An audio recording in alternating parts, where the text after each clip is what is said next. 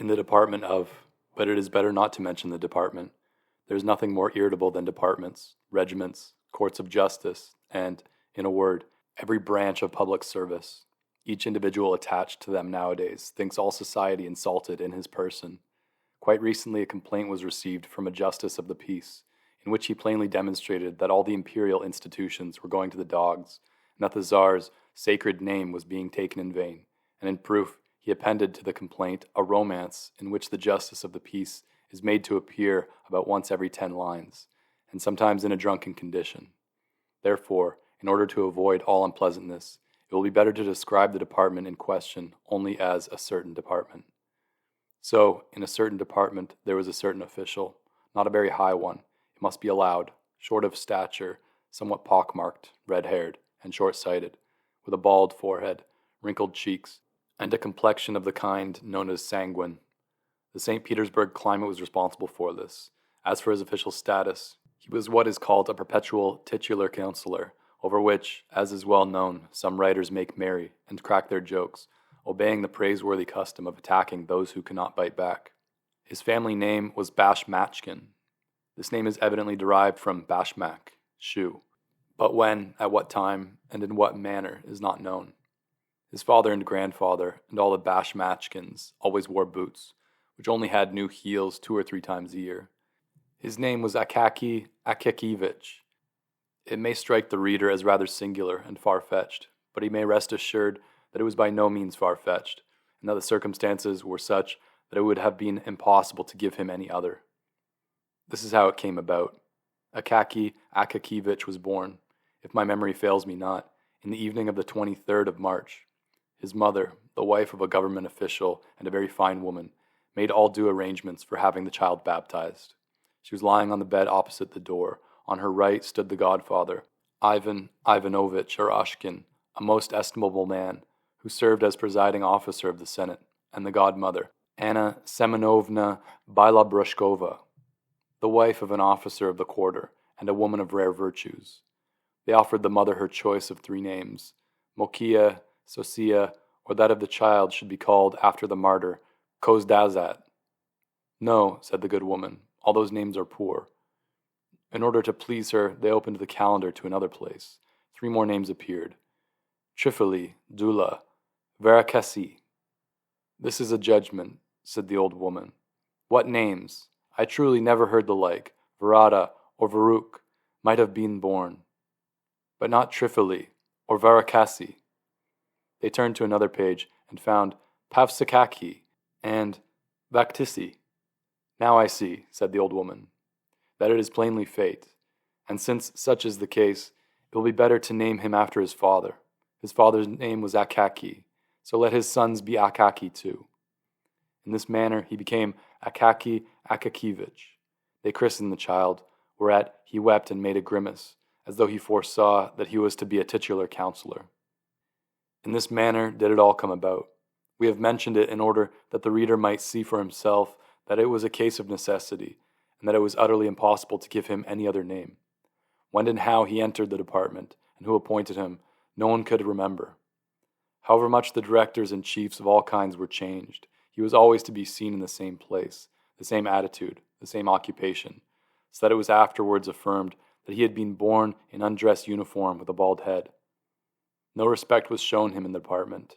The porter not only did not rise from his seat when he passed, but never even glanced at him, any more than if a fly had flown through the reception room. His superiors treated him in coolly despotic fashion.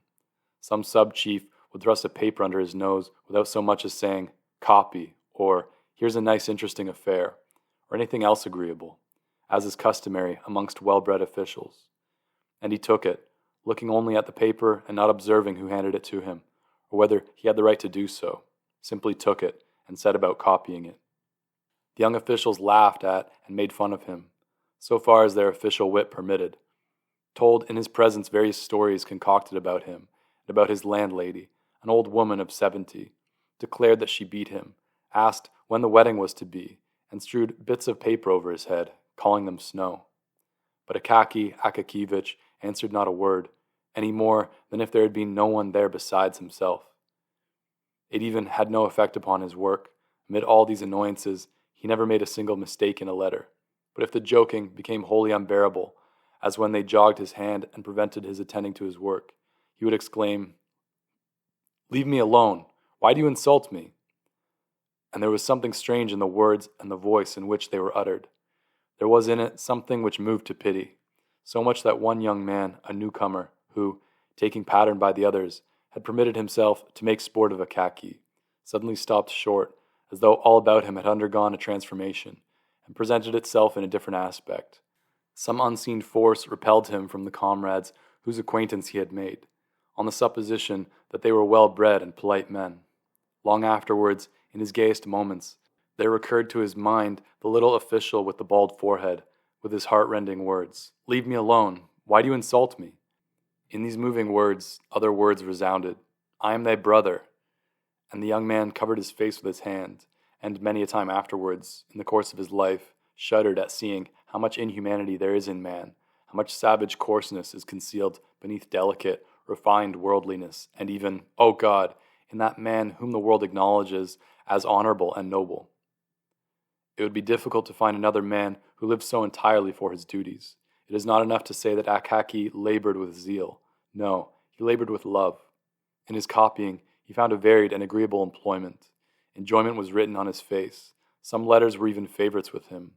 And when he encountered these, he smiled, winked, and worked with his lips, till it seemed as though each letter might be read in his face, as his pen traced it. If his pay had been in proportion to his zeal, he would, perhaps, to his great surprise, have been made even a councillor of state. But he worked, as his companions, the wits, put it, like a horse in a mill. Moreover, it is impossible to say that no attention was paid to him, one director being a kindly man, and desirous of rewarding him for his long service, ordered him to be given something more important than mere copying. So he was ordered to make a report of an already concluded affair to another department. The duty consisted simply in changing the heading and altering a few words from the first to the third person. They caused him so much toil that he broke into a perspiration, rubbed his forehead, and finally said, "No, give me rather something to copy." After that, they let him copy on forever. Outside this copying, it appeared that nothing existed for him. He gave no thought to his clothes. His undress uniform was not green, but a sort of rusty meal color. The collar was low, so that his neck, in spite of the fact that it was not long, seemed inordinately so as it emerged from it, like the necks of those plaster cats from which wag their heads, and are carried about upon the heads of scores of image sellers. And something was always sticking to his uniform, either a bit of hay or some trifle. Moreover, he had a peculiar knack, as he walked along the street, of arriving beneath a window just as all sorts of rubbish were being flung out of it. Hence he always bore about on his hat scraps of melon rinds and other such articles. Never once in his life did he give heed to what was going on every day in the street, while it is well known that his young brother officials train the range of their glances till they can see when anyone's trouser straps come undone upon the opposite sidewalk, which always brings a malicious smile to their faces. But Akaki Akakivich saw in all things the clean, even strokes of his written lines, and only when a horse thrust his nose from some unknown quarter over his shoulder and sent a whole gust of wind down his neck from his nostrils, did he observe that he was not in the middle of a page, but in the middle of the street. On reaching home, he sat down at once at the table, supped his cabbage soup up quickly, and swallowed a bit of beef with onions, never noticing their taste, and gulping down everything with flies and anything else which the Lord happened to send at the moment. His stomach filled, he rose from the table, and copied papers which he had brought home. If there happened to be none, he took copies for himself, for his own gratification, especially if the document was noteworthy, not on account of its style, but of its being addressed to some distinguished person. Even at the hour when the grey St. Petersburg sky had quite dispersed, and all the official world had eaten or dined, each as he could, in accordance with the salary he received, and his own fancy, when all were resting from the departmental jar of pens, running to and fro from their own and other people's indispensable occupations, and from all the work that an uneasy man makes willingly for himself, rather than what is necessary, when officials hasten to dedicate to pleasure the time which is left to them, one bolder than the rest going to the theatre, another into the street looking under all the bonnets, another wasting his evening in compliments to some pretty girl, the star of a small official circle, another And this is the common case of all, visiting his comrades on the 4th or 3rd floor, in 2 small rooms with an anteroom or kitchen, and some pretensions to fashion, such as a lamp or some other trifle which has cost many a sacrifice of dinner or pleasure trip. In a word, at the hour when all the officials disperse among the contracted quarters of their friends, to play whist, as they sip their tea from glasses with a kopek's worth of sugar, smoke long pipes, relate at times some bits of gossip which a Russian man can never, under any circumstances, refrain from, and, when there is nothing else to talk of, repeat eternal anecdotes about the commandant to whom they had sent word that the tails of the horses on the Falconet monument had been cut off. When all strive to divert themselves, Akaki Akakiyevich indulged in no kind of diversion. No one could ever say that he had seen him at any kind of evening party. Having written to his heart's content, he lay down to sleep, smiling at the thought of the coming day, of what God might send him to copy on the morrow. Thus flowed on the peaceful life of the man who, with a salary of 400 roubles, understood how to be content with his lot, and thus it would have continued to flow on, perhaps, to extreme old age, were it not that there are various ills strewn along the path of life for titular counselors, as well as for private, actual, court, and every other species of counselor, even for those who never give any advice or take any themselves. There exists in St. Petersburg a powerful foe of all who receive a salary of 400 roubles a year, or thereabouts. This foe is no other than the northern cold, although it is said to be very healthy. At 9 o'clock in the morning, at the very hour when the streets are filled with men bound for the various official departments, it begins to bestow such powerful and piercing nips on all noses impartially that the poor officials really do not know what to do with them. At an hour when the foreheads of even those who occupy exalted positions ache with the cold, and tears start to their eyes, the poor titular counselors are sometimes quite unprotected. Their only salvation lies in traversing as quickly as possible in their thin little cloaks 5 or 6 streets, and then warming their feet in the porter's room, and so thawing all their talents and qualifications for official service, which had become frozen on the way. Akaki Akakiyevich had felt for some time that his back and shoulders suffered with peculiar poignancy, in spite of the fact that he tried to traverse the distance with all possible speed. He began finally to wonder whether the fault did not lie in his cloak. He examined it thoroughly at home, and discovered that in 2 places, namely, on the back and shoulders, it had become thin as gauze. The cloth was worn to such a degree that he could see through it, and the lining had fallen into pieces. You must know that Akaki Akakiyevich's cloak served as an object of ridicule to the officials. They even refused it the noble name of cloak, and called it a cape. In fact, it was of singular make, its collar diminishing year by year, but serving to patch its other parts. The patching did not exhibit great skill on the part of the tailor, and was, in fact, baggy and ugly. Seeing how the matter stood, Akaki Akakiyevich decided that it would be necessary to take the cloak to Petrovich, the tailor, who lived somewhere on the 4th floor up a dark staircase, and who, in spite of his having but one eye, and pockmarks all over his face, busied himself with considerable success in repairing the trousers and coats of officials and others, that is to say, when he was sober and not nursing some other scheme in his head. It is not necessary to say much about this tailor, but, as it is the custom to have the character of each personage in a novel clearly defined, there is no help for it, so here is Petrovich the tailor. At first he was called only Grigory, and was some gentleman's serf. He commenced calling himself Petrovich from the time when he received his free papers, and further began to drink heavily on all holidays. At first on the great ones, and then on all church festivities without discrimination, wherever a cross stood in the calendar. On this point he was faithful to ancestral custom, and when quarreling with his wife, he called her a low female and a German. As we have mentioned his wife, it will be necessary to say a word or two about her. Unfortunately, little is known of her beyond the fact that Petrovich has a wife, who wears a cap and a dress, but cannot lay claim to beauty. At least, no one but the soldiers of the guard even looked under her cap when they met her. Ascending the staircase which led to Petrovich's room, which staircase was all soaked with dishwater, and reeked with the smell of spirits, which affects the eyes, and is an inevitable adjunct to all dark stairways in St. Petersburg houses. Ascending the stairs, Akaki Akakiyevich pondered how much Petrovich would ask, and mentally resolved not to give more than 2 roubles.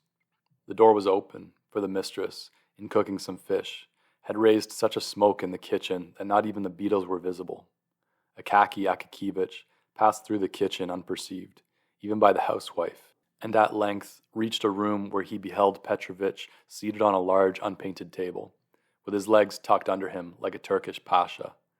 His feet were bare, after the fashion of tailors who sit at work, and the first thing which caught his eye was his thumb, with a deformed nail thick and strong as a turtle's shell. About Petrovich's neck hung a skein of silk and thread, and upon his knees lay some old garment. He had been trying unsuccessfully for 3 minutes to thread his needle, and was enraged at the darkness and even at the thread, growling in a low voice, "It won't go through, the barbarian! You pricked me, you rascal!" Akaki Akakivich was vexed at arriving at the precise moment when Petrovich was angry. He liked to order something of Petrovich when the latter was a little downhearted, or, as his wife expressed it, when he had settled himself with brandy, the one-eyed devil. Under such circumstances, Petrovich generally came down in his price very readily, and even bowed and returned thanks. Afterwards, to be sure, his wife would come, complaining that her husband was drunk, and so had fixed the price too low, but if only a 10-kopeck piece were added, then the matter was settled. But now it appeared that Petrovich was in a sober condition, and therefore rough, taciturn, and inclined to demand Satan only knows what price. Akaki Akakivich felt this, and would gladly have beat a retreat, but he was in for it. Petrovich screwed up his one eye very intently at him, and Akaki Akakivich involuntarily said, "How do you do, Petrovich?" "I wish you a good morning, sir," said Petrovich, squinting at Akaki Akakivich's hands, to see what sort of booty he had brought. "Ah, aye, to you, Petrovich, this." It must be known that Akaki Akakivich expressed himself chiefly by predispositions, adverbs, and scraps of phrases which had no meaning whatever. If the matter was a very difficult one, he had a habit of never completing his sentences, so that frequently, having begun a phrase with the words, "This, in fact, is quite," he forgot to go on, thinking that he had already finished it. "What is it?" asked Petrovich, and with his one eye scanned. Akakivich's whole uniform from the collar down to the cuffs, the back, the tails and the buttonholes, all of which were well known to him, since they were his own handiwork. Such is the habit of tailors. It is the first thing they do on meeting one. "But I, here, this, Petrovich, a cloak, cloth. Here you see, everywhere, in different places, it is quite strong. It is a little dusty, and looks old, but it is new. Only here in one place it is a little, on the back, and here on one of the shoulders. It is a little worn, yes. Here on this shoulder it is a little, do you see? That is all. And a little work." Petrovich took the cloak, spread it out, to begin with, on the table, looked hard at it, shook his head, reached out his hand to the window-sill for his snuff-box, adorned with the portrait of some general, though what general is unknown, for the place where the face should have been had been rubbed through with by the finger, and a square bit of paper had been pasted over it. Having taken a pinch of snuff, Petrovich held up the cloak, and inspected it against the light, and again shook his head once more, after which he again lifted the general adorned lid with its bit of pasted paper, and having stuffed his nose with snuff, closed and put away the snuff-box, and said finally, "No, it is impossible to mend it. It's a wretched garment." Akaki Akakivich's heart sank at these words. "Why is it impossible, Petrovich?" he said, almost in the pleading voice of a child. "All that ails it is that it is worn on the shoulders. You must have some pieces." "Yes, patches could be found. Patches are easily found," said Petrovich, "but there's nothing to sew them to. The thing is completely rotten. If you put a needle to it, see, it will give way. Let it give way. You can put on another patch at once. There's nothing to put the patches onto. There's no use in strengthening it. It is too far gone. It's lucky that it's cloth, for if the wind were to blow, it would fly away." "Well, strengthen it again. How will this, in fact—" "No," said Petrovich decisively. "There's nothing to be done with it. It's a thoroughly bad job. You'd better, when the cold winter weather comes on, make yourself some gaiters out of it, because stockings are not warm. The Germans invented them in order to make more money." Petrovich loved, on all occasions, to have a fling at the Germans, but it is plain you must have a new cloak. At the word "new," all grew dark before Akaki Akakivich's eyes, and everything in the room began to whirl around. The only thing he saw clearly was the general with the paper face on the lid of Petrovich's snuff box. "A new one?" said he, as if still in a dream. "Why, I have no money for that." "Yes, a new one," said Petrovich, with barbarous composure. "Well, if it came to a new one, how would it— You mean how much would it cost?" "Yes."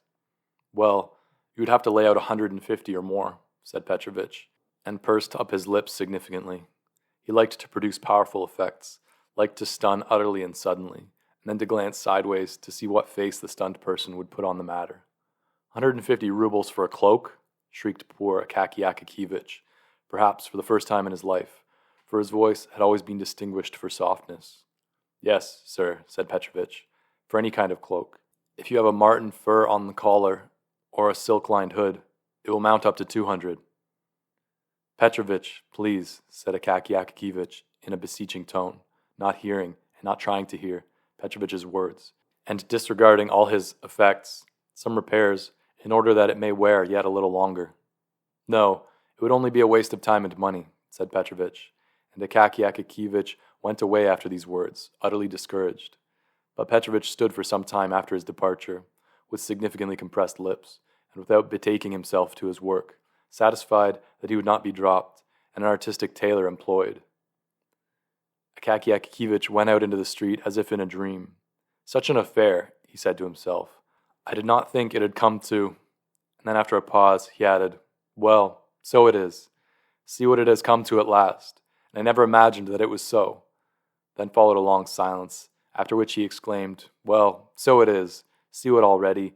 Nothing unexpected that. It would be nothing. What a strange circumstance." So saying, instead of going home, he went in exactly the opposite direction without himself suspecting it. On the way, a chimney sweep bumped up against him and blackened his shoulder, and a whole hatful of rubbish landed on him from the top of a house which was building. He did not notice it, and only when he ran against a watchman who, having planted his halberd beside him, was shaking some snuff from his box into his horny hand, did he recover himself a little, and that because the watchman said, "Why are you poking yourself into a man's very face? Haven't you the pavement?" This caused him to look about him and turn towards home. There only, he finally began to collect his thoughts, and to survey his position in its clear and actual light, and to argue with himself, sensibly and frankly, as with a reasonable friend with whom one can discuss private and personal matters. "No," said Akaki Akakivich, "it is impossible to reason with Petrovich now. He is that. Evidently his wife has been beating him. I'd better go to him on Sunday morning. After Saturday night he will be a little cross-eyed and sleepy, for he will want to get drunk, and his wife won't give him any money, and at such a time a 10-kopeck piece in his hand he will become more fit to reason with. And then the cloak, and that." Thus argued Akaki Akakivich with himself, regained his courage, and waited until the first Sunday, when, seeing from afar that Petrovich's wife had left the house, he went straight to him. Petrovich's eye was, indeed, very much askew after Saturday. His head drooped, and he was very sleepy. But for all that, as soon as he knew what it was a question of, it seemed as though Satan jogged his memory. "Impossible," said he. "Please to order a new one." Thereupon Akaki Akakivich handed over the 10-kopeck piece. "Thank you, sir. I will drink your good health," said Petrovich. "But as for the cloak, don't trouble yourself about it. It is good for nothing. I will make you a capital new one. So let us settle about it now." Akaki Akakivich was still for mending it, but Petrovich would not hear of it, and said, "I shall certainly have to make you a new one, and you may depend upon it that I shall do my best. It may even be, as the fashion goes, that the collar can be fastened by silver hooks under a flap." Then Akaki Akakivich saw that it was impossible to get along without a new cloak, and his spirit sank utterly. How, in fact, was it to be done? Where was the money to come from? He might, to be sure, depend, in part, upon his present at Christmas, but that money had long been allotted beforehand. He must have some new trousers, and pay a debt of long standing to the shoemaker for putting new tops to his old boots, and he must order 3 shirts from the seamstress, and a couple of pieces of linen. In short, all his money must be spent, and even if the director should be so kind as to order him to receive 45 rubles instead of 40, or even 50, it would be a mere nothing, a mere drop in the ocean towards the funds necessary for a cloak. Although he knew that Petrovich was often wrong-headed enough to blurt out some outrageous price, so that even his own wife could not refrain from exclaiming, "Have you lost your senses, you fool?" At one time, he would not work at any price, and now it was quite likely that he had named a higher sum than the cloak would cost. But although he knew that Petrovich would undertake to make a cloak for 80 rubles, still, where was he to get the 80 rubles from? He might possibly manage half, yes, half might be procured, but where was the other half to come from? But the reader must first be told where the first half came from. Akaki Akakivich had a habit of putting for every ruble he spent a groschen into a small box, fastened with a lock and key, and with a slit in the top for the reception of money. At the end of every half year, he counted over the heap of coppers and changed it for silver. This he had done for a long time, and in the course of years, the sum had mounted up to over 40 rubles. Thus he had one half on hand. But where was he to find the other half? Where was he to get another 40 rubles from? Akaki Akakivich thought and decided that it would be necessary to curtail his ordinary expenses, for the space of 1 year at least, to dispense with tea in the evening, to burn no candles, and, if there was anything which he must do, to go into his landlady's room and work by her light. When he went into the street, he must walk as lightly as he could, and as cautiously, upon the stones, almost upon tiptoe, in order not to wear his heels down in too short a time. He must give the laundress as little to wash as possible, and, in order not to wear out his clothes, he must take them off as soon as he got home, and wear only his cotton dressing gown, which had been long and carefully saved.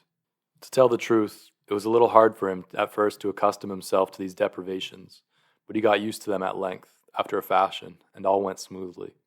He even got used to being hungry in the evening, but he made up for it by treating himself, so to say, in spirit, by bearing ever in mind the idea of his future cloak.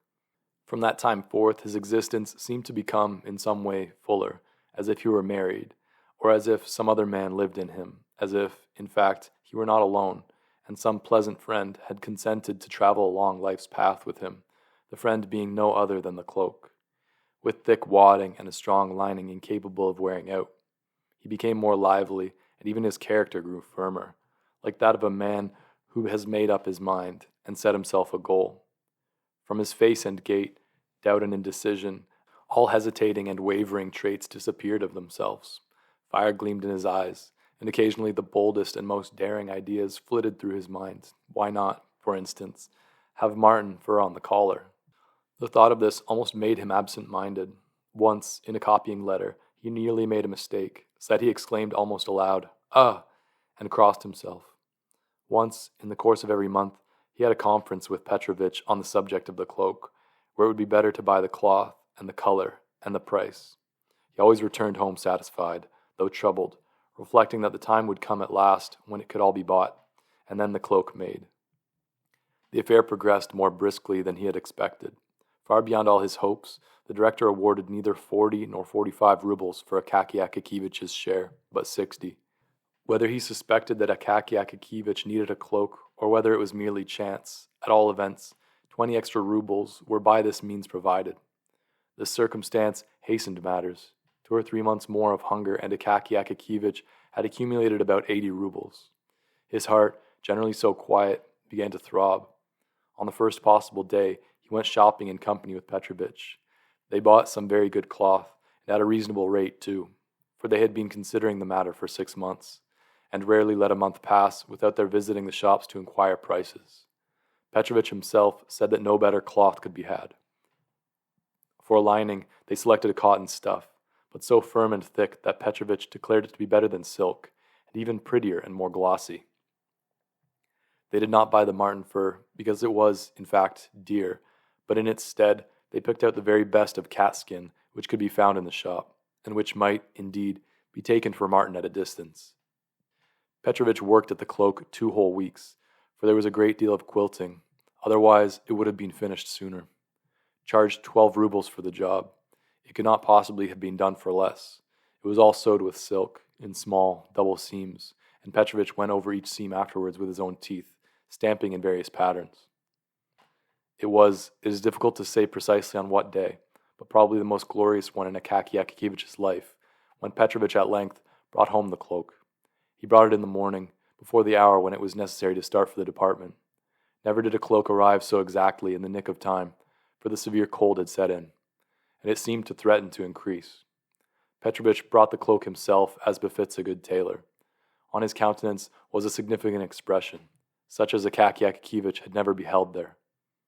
He seemed fully sensible that he had done no small deed, and crossed a gulf separating tailors who only put in linings and execute repairs from those who make new things. He took the cloak out of the pocket handkerchief in which he had brought it. The handkerchief was fresh from the laundress, and he put it in his pocket for use. Taking out the cloak, he gazed proudly at it, held it up with both hands, and flung it skillfully over the shoulders of Akaki Akakivich. Then he pulled it and fitted it down behind with his hand, and he draped it around Akaki Akakivich without buttoning it. Akaki Akakivich, like an experienced man, wished to try the sleeves. Petrovich helped him on with them. It turned out that the sleeves were satisfactory also. In short, the cloak appeared to be perfect, and most seasonable. Petrovich did not neglect to observe that it was only because he lived in a narrow street, and had no signboard, and had known Akaki Akakivich so long, that he had made it so cheaply, that if he had been in business on the Nevsky Prospect, he would have charged 75 rubles for the making alone. Akaki Akakivich did not care to argue this point with Petrovich. He paid him, thanked him, and set out at once in his new cloak for the department. Petrovich followed him, and, pausing in the street, gazed long at the cloak in the distance, after which he went to one side expressly to run through a crooked alley, and emerge again into the street beyond to gaze once more upon the cloak from another point, namely, directly in front. Meantime, Akaki Akakivich went on in holiday mood. He was conscious every second of the time that he had a new cloak on his shoulders, and several times he laughed with internal satisfaction. In fact, there were two advantages. One was its warmth, the other its beauty. He saw nothing of the road, but suddenly found himself at the department. He took off his cloak in the anteroom, looked it over carefully, and confided it to the especial care of the attendant. It is impossible to say precisely how it was that everyone in the department knew at once that Akaki Akakivich had a new cloak, and that the cape no longer existed. All rushed at the same moment into the anteroom to inspect it. They congratulated him and said pleasant things to him, so that he began at first to smile, and then to grow ashamed. When all surrounded him, and said that the new cloak must be christened, that he must give a whole evening at least to this, Akaki Akakivich lost his head completely, and did not know where he stood, what to answer, or how to get out of it. He stood blushing all over for several minutes, and was on the point of assuring them with great simplicity that it was not a new cloak, and that it was so and so, that it was in fact the old cape.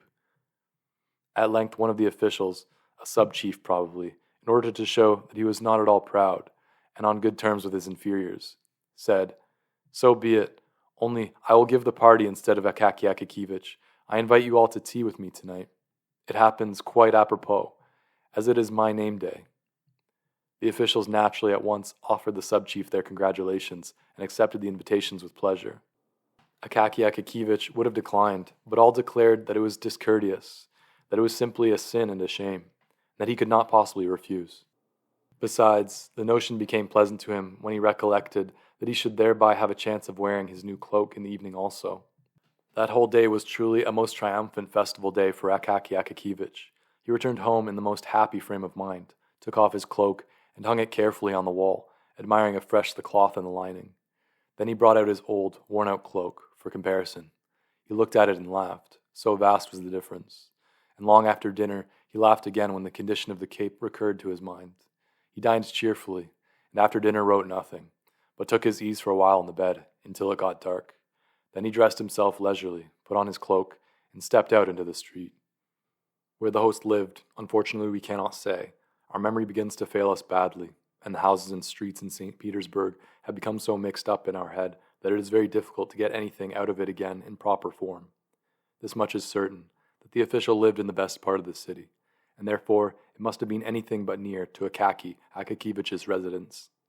Akaki Akakivich was first obliged to traverse a kind of wilderness of deserted, dimly lighted streets, but in proportion as he approached the official's quarter of the city, the streets became more lively, more populous, and more brilliantly illuminated.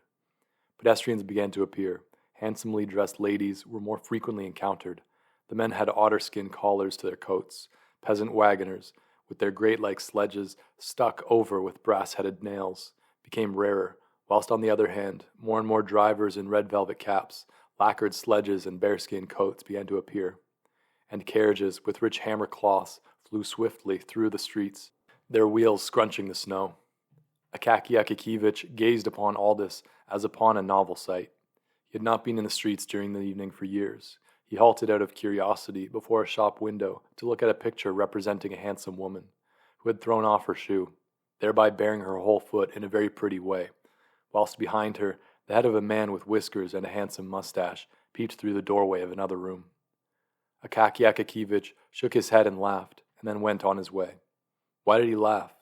Either because he had met with a thing utterly unknown, but for which everyone cherishes, nevertheless, some sort of feeling, or else he thought, like many officials, as follows. Well, those French, what is to be said? If they do go in anything of that sort, why? But possibly he did not think at all. Akaki at length reached the house in which the sub-chief lodged. The sub-chief lived in fine style. The staircase was lit by a lamp, his apartment being on the second floor. On entering the vestibule, Akaki beheld a whole row of galoshes on the floor.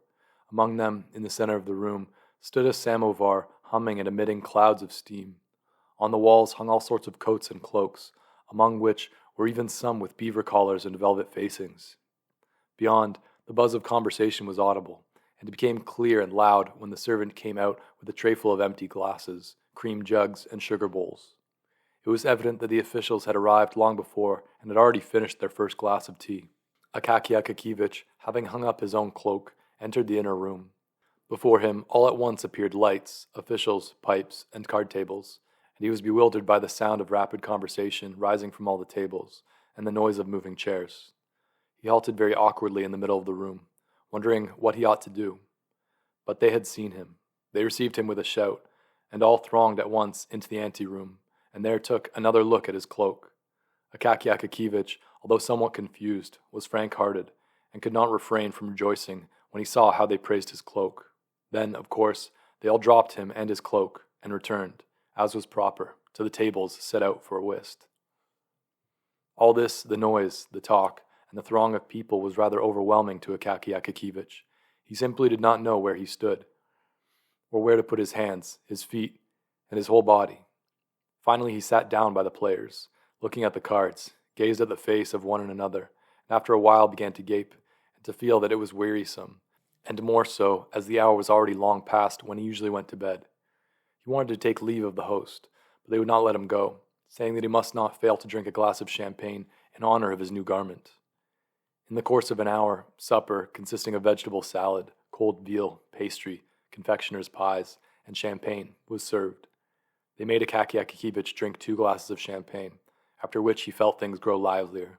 Still, he could not forget that it was 12 o'clock, and that he should have been at home long ago.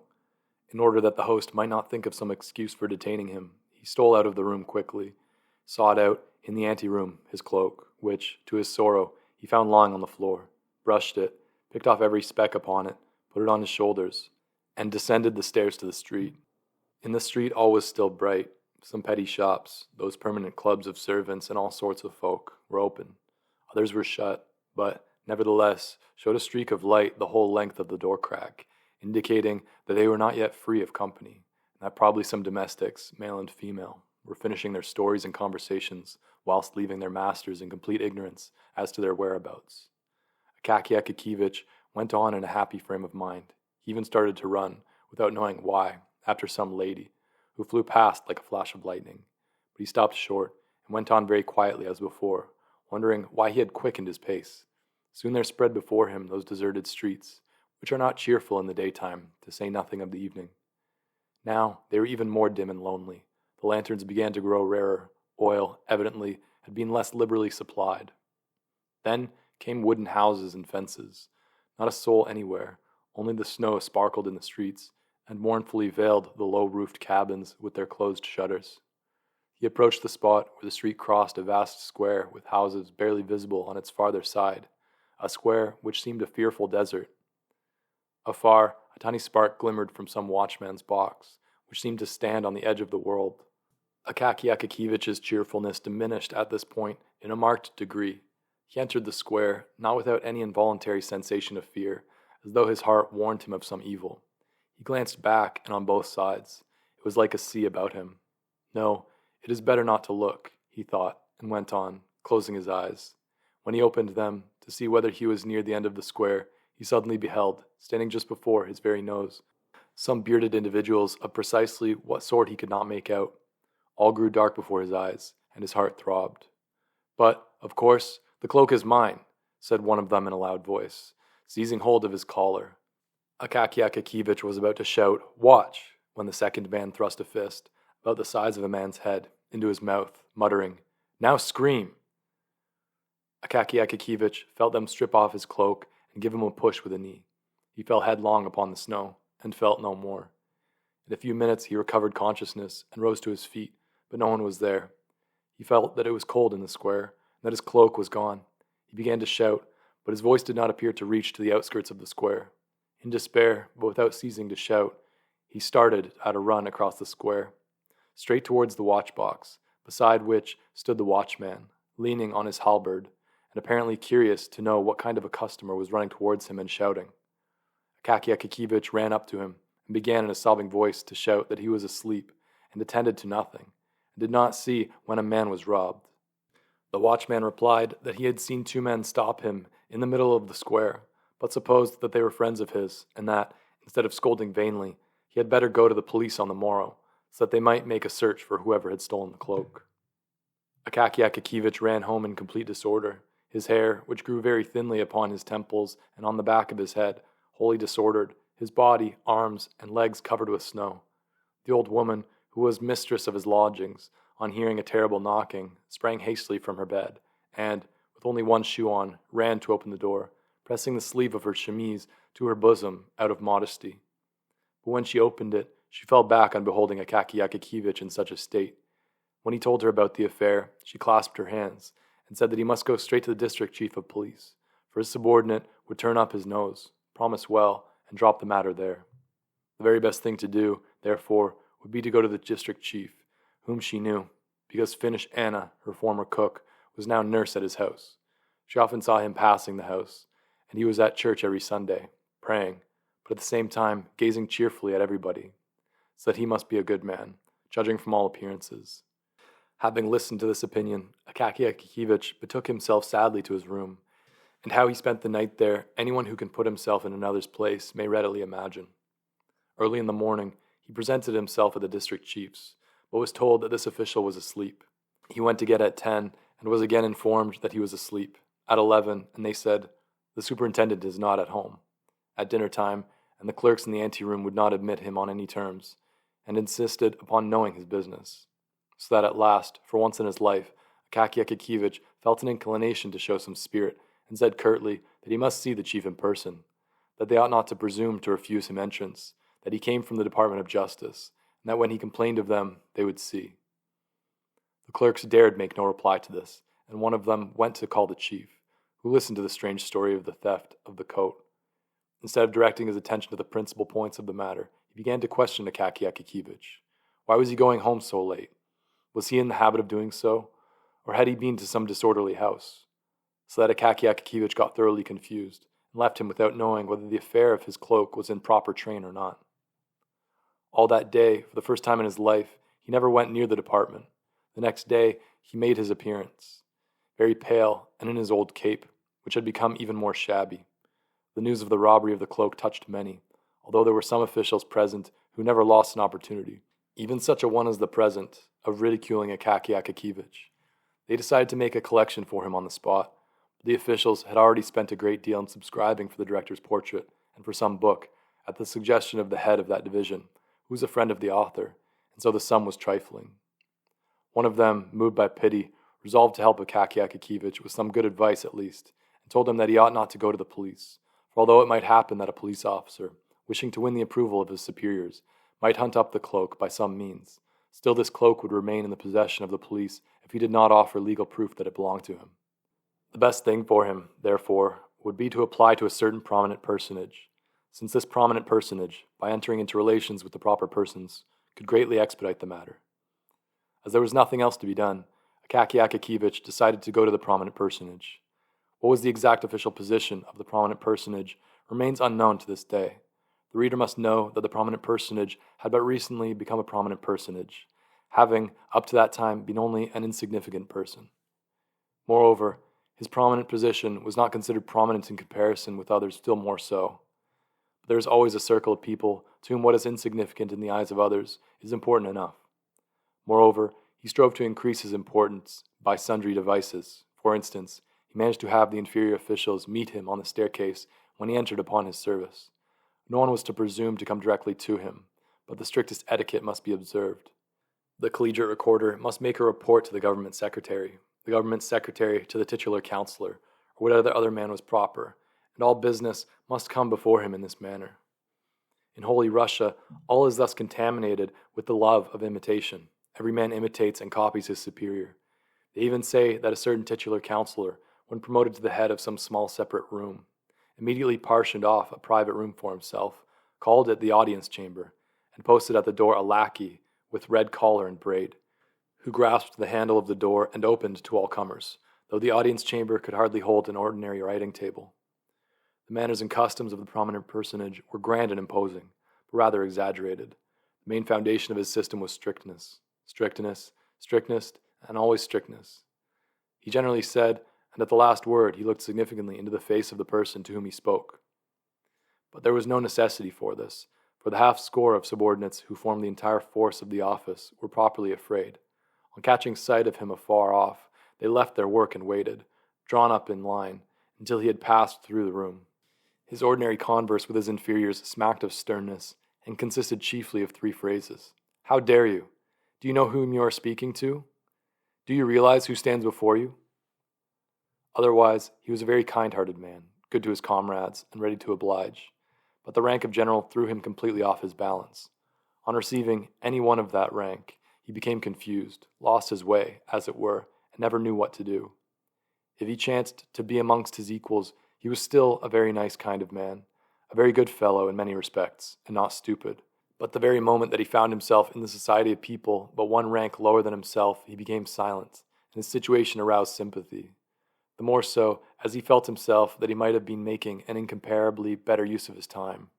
In his eyes there was sometimes visible a desire to join some interesting conversation or group, but he was kept back by the thought. Would it not be a very great condescension on his part? Would it not be familiar? And would he not thereby lose his importance? And in consequence of such reflections, he always remained in the same dumb state, uttering from time to time a few monosyllabic sounds, and thereby earning the name of the most wearisome of men. To this prominent personage Akaki Akakivich presented himself, and this at the most unfavorable time for himself, though opportune for the prominent personage.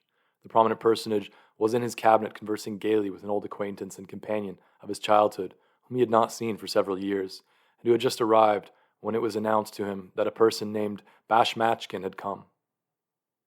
He asked abruptly, "Who is he?"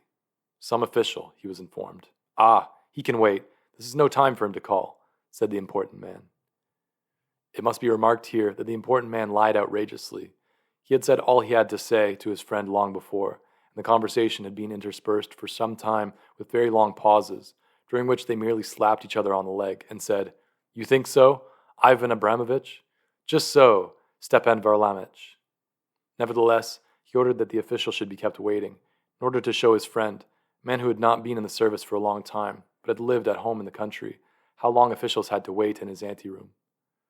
At length, having talked himself completely out, and more than that, having had his fill of pauses, and smoked a cigar in a very comfortable armchair with reclining back, he suddenly seemed to recollect, and said to the secretary, who stood by the door with papers of reports, "So it seems that there's a chinovnik waiting to see me. Tell him that he may come in." On perceiving Akaki Akakivich's modest mien and his worn undress uniform, he turned abruptly to him and said, "What do you want?" in a curt, hard voice, which he had practiced in his room in private and before the looking-glass, for a whole week before being raised to his present rank. Akaki Akakivich, who was already imbued with a due amount of fear, became somewhat confused, and as well as his tongue would permit, explained, with a rather more frequent addition than usual of the word that his cloak was quite new, and had been stolen in the most inhuman manner, and he had applied to him in order that he might, in some way, by his intermediation, that he might enter into correspondence with the chief of police, and find the cloak. For some inexplicable reason, this conduct seemed familiar to the prominent personage. "What, my dear sir," he said abruptly, "are you not acquainted with etiquette? Where have you come from? Don't you know how such matters are managed? You should first have entered a complaint about this at the court below. It would have gone to the head of the department, then to the chief of the division. Then it would have been handed over to the secretary, and the secretary would have given it to me. But, Your Excellency, said Akaki Akakivich, trying to collect his small handful of wits, and conscious at the same time that he was perspiring terribly. I, Your Excellency, presumed to trouble you with secretaries, are an untrustworthy race. What? Said the important personage. Where did you get such courage? Where did you get such ideas? What impudence towards their chiefs and superiors had spread among the young generation? The prominent personage apparently had not observed that Akaki Akakivich was already in the neighborhood of 50. If he could be called a young man, it must have been in comparison with someone who was 70. Do you know to whom you speak? Do you realize who stands before you? Do you realize it? Do you realize it? I ask you. Then he stamped his foot and raised his voice to such a pitch that it would have frightened even a different man from Akaki Akakivich. Akaki Akakivich's senses failed him. He staggered, trembled in every limb, and, if the porters had not run to support him, would have fallen to the floor. They carried him out insensible, but the prominent personage, gratified that the effect should have surpassed his expectations, and quite intoxicated with the thought that his word could even deprive a man of his senses, glanced sideways at his friend in order to see how he looked upon this, and perceived, not without satisfaction, that his friend was in a most uneasy frame of mind, and even beginning, on his part, to feel a trifle frightened. Akaki Akakivich could not remember how he descended the stairs and got into the street. He felt neither his hands nor feet. Never in his life had he been so rated by any official, let alone a strange one. He went staggering on through the snowstorm, which was blowing in the streets, with his mouth wide open. The wind, in St. Petersburg fashion, darted upon him from all quarters, and down every cross street. In a twinkling, it had blown a quinsy into his throat, and he reached home unable to utter a word. His throat was swollen, and he lay down on his bed. So powerful is sometimes a good scolding. The next day a violent fever showed itself. Thanks to the generous assistance of the St. Petersburg climate, the malady progressed more rapidly than could have been expected, and when the doctor arrived, he found, on feeling the sick man's pulse, that there was nothing to be done, except to prescribe a fomentation, so that the patient might not be left entirely without the beneficent aid of medicine, but at the same time he predicted his end in 36 hours. After this he turned to the landlady and said, "And as for you, don't waste your time on him. Order his pine coffin now, for an oak one will be too expensive for him." Did Akaki Akakivich hear these fatal words? And if he heard them, did they produce any overwhelming effect upon him? Did he lament the bitterness of his life? We know not, for he continued in a delirious condition. Visions incessantly appeared to him, each stranger than the other. Now he saw Petrovich, and ordered him to make a cloak, with some traps for robbers, who seemed to him to be always under the bed, and cried every moment to the landlady to pull one of them from under his coverlet. Then he inquired why his old mantle hung before him when he had a new cloak. Next he fancied that he was standing before the prominent person, listening to a thorough setting down, and saying, "Forgive me, Your Excellency." But at last he began to curse, uttering the most horrible words, so that his aged landlady crossed herself, never in her life having heard anything of the kind from him, the more so as those words followed directly after the words, "Your Excellency." Later on he talked utter nonsense, of which nothing could be made, all that was evident being that his incoherent words and thoughts hovered ever about one thing, his cloak. At length, poor Akaki Akakivich breathed his last. They sealed up neither his room nor his effects, because, in the first place, there were no heirs, and, in the second, there was very little to inherit beyond a bundle of goose quills, a quire of white official paper, 3 pairs of socks, 2 or 3 buttons which had burst off his trousers, and the mantle already known to the reader. To whom all this fell, God knows. I confess that the person who told me this tale took no interest in the matter. They carried Akaki Akakivich out and buried him. And St. Petersburg was left without Akaki Akakivich, as though he had never lived there. A being disappeared who was protected by none, dear to none, interesting to none, and who never even attracted to himself the attention of those students of human nature who omit no opportunity of thrusting a pin through a common fly and examining it under the microscope. A being who bore meekly the jibes of the department, and went to his grave without having done one unusual deed, but to whom, nevertheless, at the close of his life, appeared a bright visitant in the form of a cloak, which momentarily cheered his poor life, and upon whom, thereafter, an intolerable misfortune descended, just as it descends upon the mighty of this world. Several days after his death, the porter was sent from the department to his lodgings, with an order for him to present himself there immediately, the chief commanding it. But the porter had to return unsuccessful, with the answer that he could not come, and to the question, why, replied, well, because he is dead. He was buried 4 days ago. In this manner did they hear of Akaki Akakiyevich's death at the department, and the next day a new official sat in his place, with a handwriting by no means so upright, but more inclined and slanting. But who could have imagined that this was not really the end of Akaki Akakiyevich, that he was destined to raise a commotion after death, as if in compensation for his utterly insignificant life? But so it happened, and our poor story unexpectedly gains a fantastic ending. A rumor suddenly sprang through St. Petersburg that a dead man had taken to appearing on the Kalinkin Bridge and its vicinity at night in the form of an official seeking a stolen cloak, and that, under the pretext of its being the stolen cloak, he dragged, without regard to rank or calling, everyone's cloak from his shoulders, be it catskin, beaver, fox, bear, sable, in a word, every sort of fur and skin which men adopted for their covering. One of the department officials saw this dead man with his own eyes and immediately recognized in him Akaki Akakiyevich. This, however, inspired him with such terror that he ran off with all his might, and therefore did not scan the dead man closely, but only saw how the latter threatened him from afar with his finger. Constant complaints poured in from all quarters that the backs and shoulders, not only of titular but even of court councillors, were exposed to the danger of a cold on account of the frequent dragging off of their cloaks. Arrangements were made by the police to catch the corpse, alive or dead, at any cost, and punish him as an example to others in the most severe manner.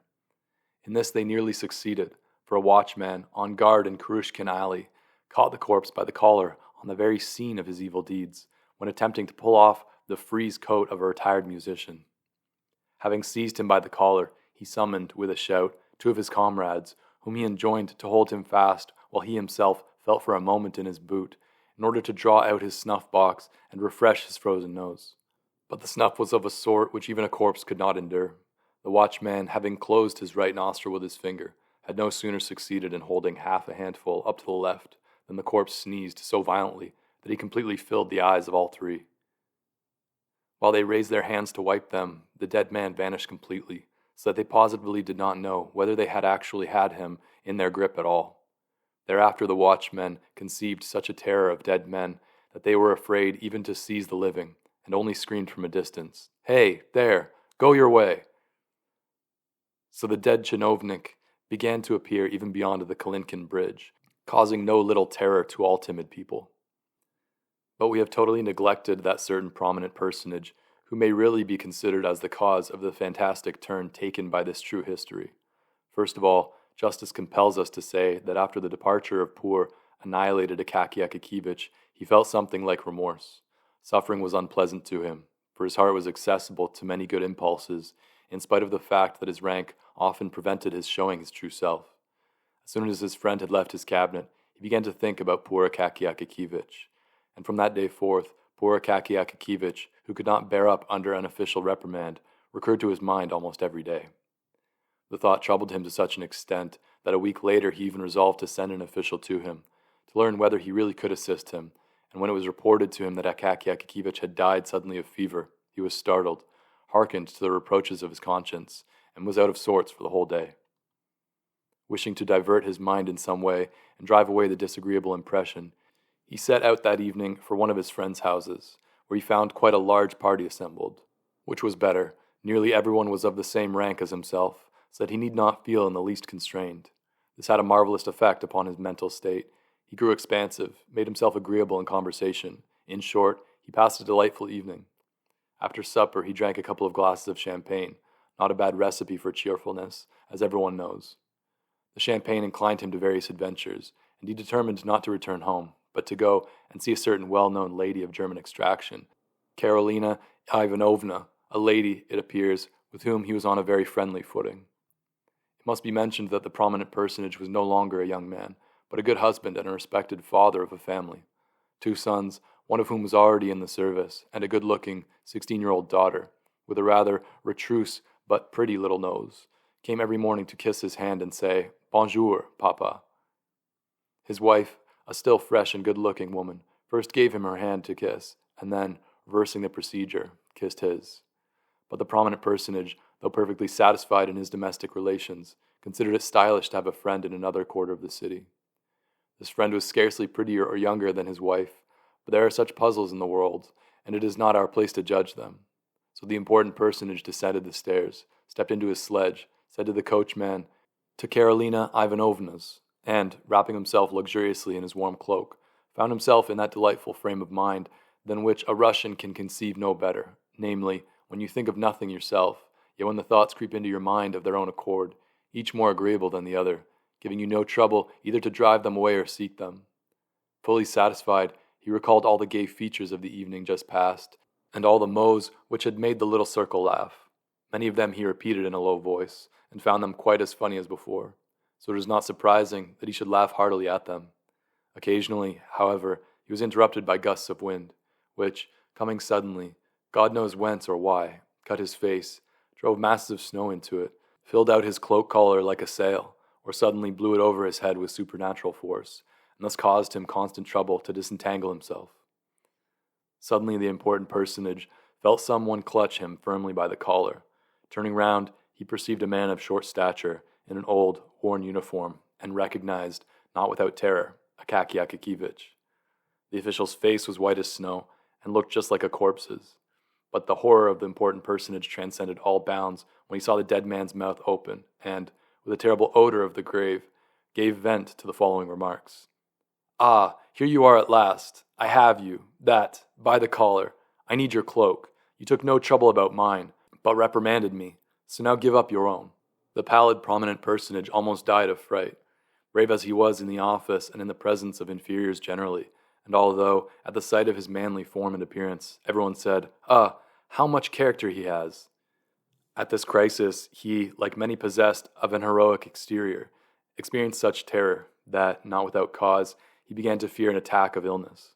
He flung his cloak hastily from his shoulders and shouted to his coachman in an unnatural voice, "Home at full speed!" The coachman, hearing the tone which is generally employed at critical moments, and even accompanied by something much more tangible, drew his head down between his shoulders in case of an emergency, flourished his whip, and flew on like an arrow. In a little more than 6 minutes, the prominent personage was at the entrance of his own house. Pale, thoroughly scared, and cloakless, he went home instead of to Karolina Ivanovna's, reached his room somehow or other, and passed the night in the direst distress, so that the next morning over their tea his daughter said, "You are very pale today, Papa." But Papa remained silent, and said not a word to anyone of what had happened to him, where he had been, or where he had intended to go. The occurrence made a deep impression upon him. He even began to say, "How dare you? Do you realize who stands before you?" less frequently to the under-officials. And if he did utter the words, it was only after having first learned the bearings of the matter. But the most noteworthy point was that from that day forward the apparition of the dead chinovnik ceased to be seen. Evidently the prominent personage's cloak just fitted his shoulders. At all events, no more instances of his dragging cloaks from people's shoulders were heard of, but many active and apprehensive persons could by no means reassure themselves, and asserted that the dead chinovnik still showed himself in distant parts of the city. In fact, one watchman in Kolomna saw with his own eyes the apparition come from behind a house, but being rather weak of body, he dared not arrest him, but followed him in the dark, until, at length, the apparition looked around, paused, and inquired, "What do you want?" at the same time showing a fist such as is never seen on living men. The watchman said, "It's of no consequence," and turned back instantly. But the apparition was much too tall, wore huge mustaches, and, directing its steps apparently towards the Obukhov bridge, disappeared in the darkness of the night.